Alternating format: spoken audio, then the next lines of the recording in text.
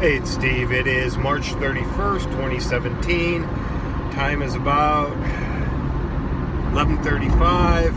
We're at 37 degrees Fahrenheit. I am going to deposit the check right now for the sale of my trailer. And I have to drive back to Illinois for that because my bank's in Illinois. But anyway, this is going to be part 2 of Geologic Time. I actually have a visual aid this time. Okay. Now, what I want to talk about today is the first part. I discussed how we kind of divided Geologic Time, how we started and where we are to where we are today. Since then, the names have changed a lot. Today, I want to more talk about the amounts of time spent within each division of geologic history. Okay.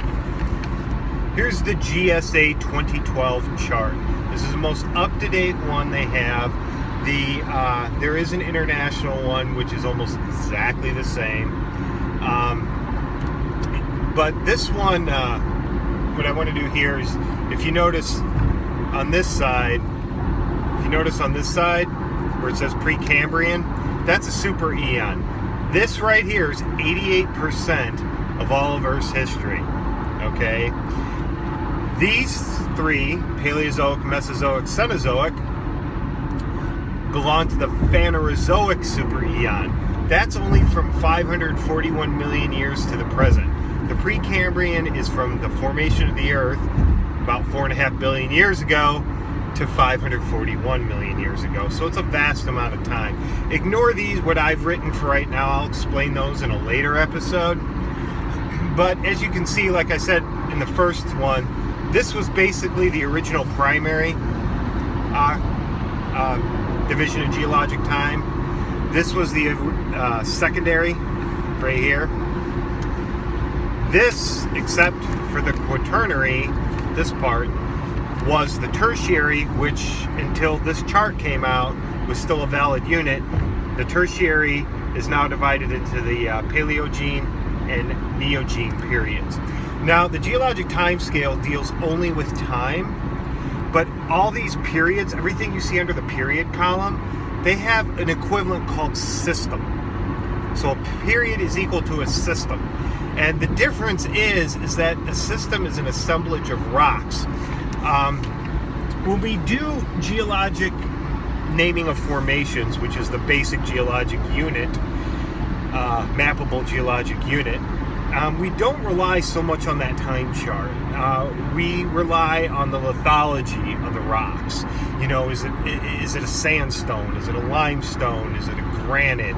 You know, is it a gneiss? Is it a quartzite? Is it a slate? You know, we go by physical characteristics of the rock. And the reason why we do that is so people who are not geologists and are doing things like borings and stuff like that can still easily identify a formation. Now, and that's called lithostratigraphy, and that's my bag. Okay, that's what the paper I wrote about the Jacobsville group is about, and the one I just submitted about the Copper Harbor Formation. But a side effect of dividing things lithologically is they may cross these time boundaries of that chart I just showed you. And that's fine. So lithostratigraphy is independent of the geologic time. Now, we know the age of formation pretty well, even if there are no igneous intrusions, because we can use things like fossils, which is biostratigraphy, to correlate. Or if they're in like my kind of rocks, the Precambrian, you can't really use fossils, but you can correlate based on lithology and stuff like that. So and a lot of those will have igneous intrusions within them that we can date. So we have a pretty good understanding, even if we're just doing lithostratigraphy. We do mention the geologic period, because in the history of the Earth, it's still very important. But back to the chart here. Okay, this here. I just want to do a little explaining of this before I go into any real depth on it. Like I said, I explained a part of it, but the color scheme you see here, that's the accepted color scheme for these divisions according to the United States Geological Survey. They basically use this. And oh, by the way, GSA stands for Geological Society of America. Okay, and so this is a standard color scheme that you will use during geologic mapping. But the problem is, say you're mapping in a geologic in an area where you have a lot of units that only fall in the Neogene, and as you can see, that's a bunch of yellows. Well, you don't want to make a geologic map with 15 different shades of yellow, so that's okay. So when you have that kind of situation, you can break from the standard color scheme. That's acceptable. Something else about this chart, you'll notice over here, you notice these black and white lines in the Mesozoic and Cenozoic. That is based off of, that is magnetic reversals. And you know, when sometimes our magnetic north faces north, sometimes it faces south. That chart is because of that. The only reason why it extends only back to the Triassic here, it doesn't go back any further, is because this chart is based off datings, off dates of ocean floor, and because of plate tectonics, the ocean floors get subducted back into the mantle. The continents do not.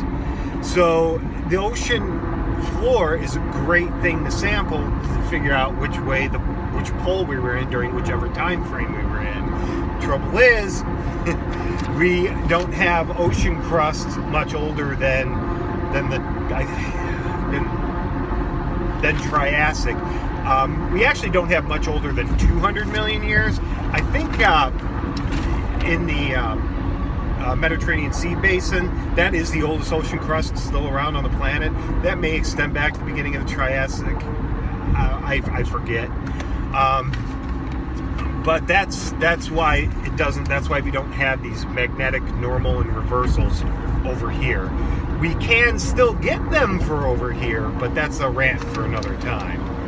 Okay, something else about this chart. We have millions of years over here, okay? And as you can see, the further back in time you go, the gaps are bigger and bigger. Periods are over here on this side of the column for the Precambrian. They're all the way out over on the left for the Cenozoic. The reason being is because the further back in geologic time we go, the less the rock record is preserved. So geologic time frames will tend to be bigger. And plus, once you get back to the Precambrian, you don't have any macro life to use biostratigraphy for. So those time frames are basically just arbitrary divisions loosely based on a global geologic event. They're not really, they're very flexible still to this day. My favorite rocks to work with are the ones over here in the Phanerozoic. This is my favorite. That's my favorite geologic eon right there. Okay, and specifically the Paleophanerozoic and the Mesophanerozoic sedimentary rocks.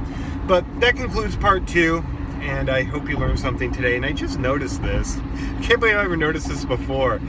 When I put my phone on the dash to record these things, it inverts me, so it looks like I'm driving on the right. I hope that geologic chart didn't look inverted. I can't see it because I was behind it. But anyway, I hope you learned something.